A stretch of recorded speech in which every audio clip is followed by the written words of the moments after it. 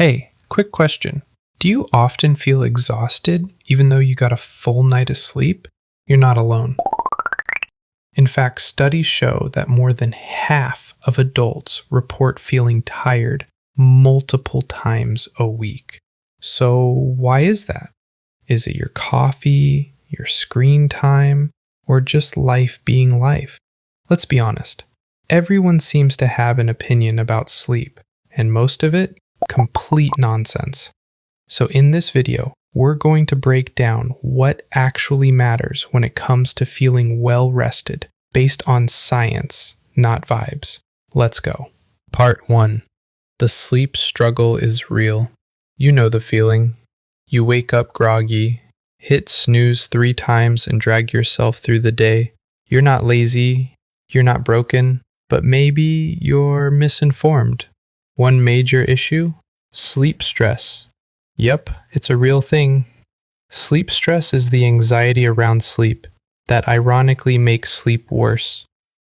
Ever looked at the clock and realized you only have 4 hours left to sleep? Boom, you're awake for another hour. We obsess over sleep apps, routines, melatonin sprays, blue light filters, and while some of those help, stressing about sleep is probably making it worse. So let's ditch the panic and get into the real deal. Part 2. Myth busting. What actually matters. Myth 1. It doesn't matter when you sleep, as long as you get enough hours. Wrong. Our body follows a built-in 24-hour cycle called the circadian rhythm. It's basically your internal clock, and it's deeply influenced by light. In the 90s, scientist Russell Foster discovered special light-sensitive cells in our eyes that don't help us see, but do help us tell what time it is. These cells tell our brain when it's time to wake up, or wind down. In the morning, light hits your eye, your brain gets a signal, time to go. In the evening, less light equals more melatonin equals sleepiness. Simple, right? Except if you work night shifts or stay up late watching Netflix in the dark, you're probably confusing your body. Fun fact, 97% of night shift workers never fully adjust to a nocturnal rhythm.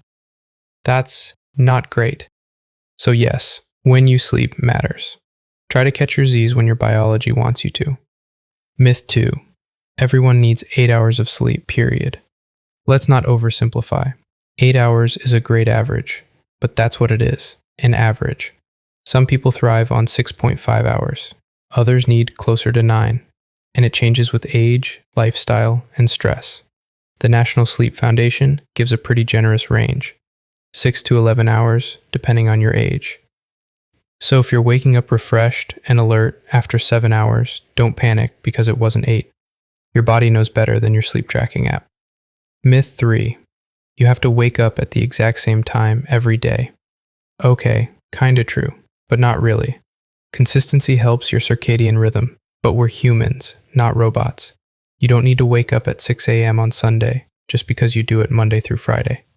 If you stay up late one night, it's okay to sleep in a little. A consistent rhythm is ideal, but small deviations won't wreck your biology. What matters more? Avoiding extremes. Don't go from waking at 6 a.m. to noon and back again. That's jet lag without the vacation. Myth 4. Blue light is destroying your sleep. Okay, this one is half true. Blue light does delay melatonin production, but the effect is often way overblown.